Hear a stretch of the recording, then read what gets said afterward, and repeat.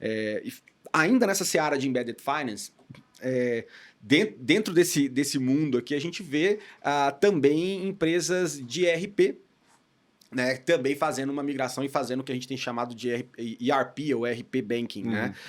Então, plataformas também que muitas vezes a vida inteira já está meio que centralizada da empresa ali, né? E aí nós estamos falando talvez de um cliente, um perfil um pouco diferente, é um cara que talvez tem mais funcionários e tal, para ele precisar de um ERP, né? E aí ele munido dessas informações e tudo mais, o produto e o serviço financeiro ofertado para ele alimentado pelos dados daquela plataforma, pode dar muito mais contextualidade e tudo mais. Então, a gente começa a ver essas interações.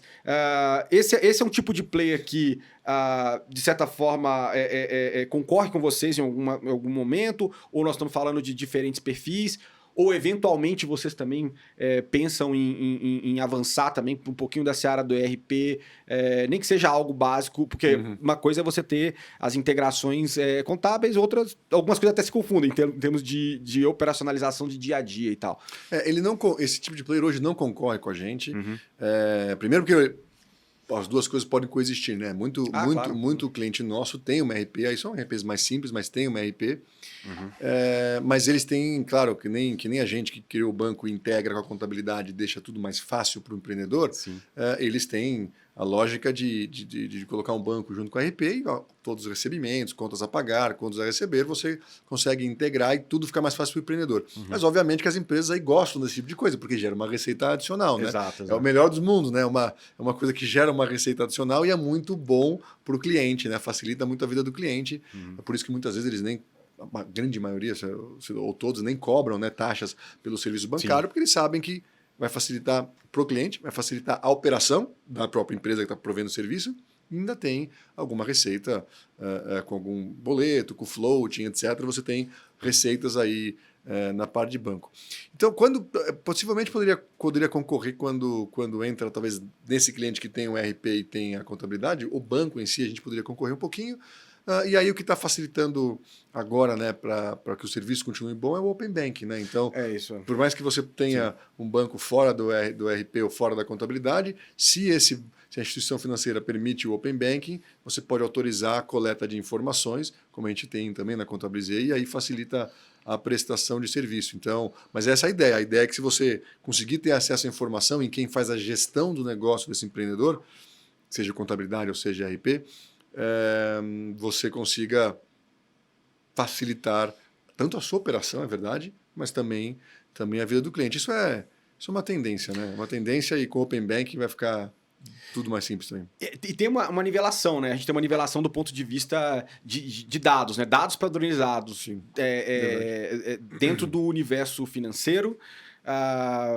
Eles são facilmente portabilizados. E muitas vezes, nós estamos falando, obviamente, quando a gente fala do Open Finance, Open Banking, do ponto de vista pessoa física, é uma coisa, pessoa jurídica... existem outros elementos que são contemplados então, em termos de dados e tudo mais. E é importante pensar que muitas vezes a empresa ela inicia, às vezes ela está iniciando a vida ali com vocês também. Então ela também não tem de onde ela puxar dado para poder trazer para vocês para ter essa composição dentro da realidade de Open Finance de dados financeiros. Mas é interessante ver que esse papel de vocês de serem, às vezes, a primeira instituição desses players, que não impede que, muitas vezes, eu não sei como é que é a questão de principalidade, que ainda é debatido muito nos bancos hoje, de tentar ser a principal conta. Eu não sei em que medida também, talvez, vocês consigam ser uma conta de maior uso, até ele abrir outros parceiros e tudo mais. E muitas vezes ele vai abrir outros canais bancários por falta de produto. Vocês também têm crédito e outros produtos nesse sentido? Não, a gente não chega ainda nesse tipo de produto, são coisas que a gente estuda com parceria, né? Tem um parceiro nosso, o BS2, a gente está discutindo com eles alguma dessas ofertas. A gente provavelmente continuará sendo a principal instituição financeira CNPJ do nosso cliente.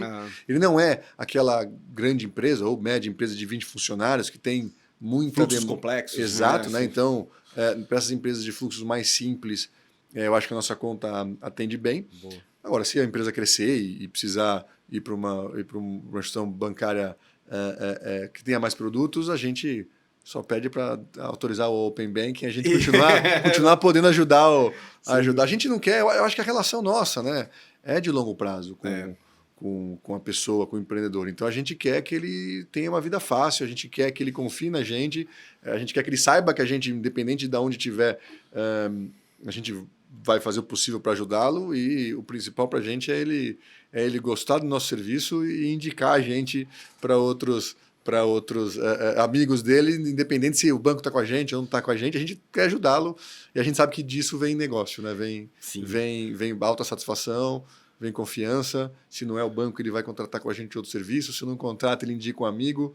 A ideia é deixar ele o mais fácil possível. E é interessante, esse é um tipo de serviço de valor percebido muito óbvio, né? Então, quando a gente, às vezes, até é uma discussão que tem muito dentro do mercado bancário, e a gente olha muito no PF isso aí, e também acaba indo um pouco para PJ, mas PF principalmente, são as tarifas bancárias simplesmente, tipo tarifa de manutenção de conta, isso, que é uma coisa que o mercado questiona muito, e existem vários provedores para dar essa alternativa, né? Só que, assim, numa realidade comoditizada, onde ter uma conta não é nada especial, você pode ter em vários lugares, valor percebido é baixo para esse tipo de coisa. No caso de vocês, o serviço, ele é um valor percebido, porque você estaria pagando isso de uma forma ou de outra, porque você precisa ter um contador, ou você internaliza, tem que ser um pouco maior às vezes, ou você contrata a solução de alguém. Né? E é interessante, a primeira parte que você falou de valor percebido, quando ele não abre com a gente, ou até quando a gente não tinha o banco ainda, ele cadastra a conta com a gente, né? Até porque ele precisa emitir uma nota fiscal com a conta cadastrada e etc.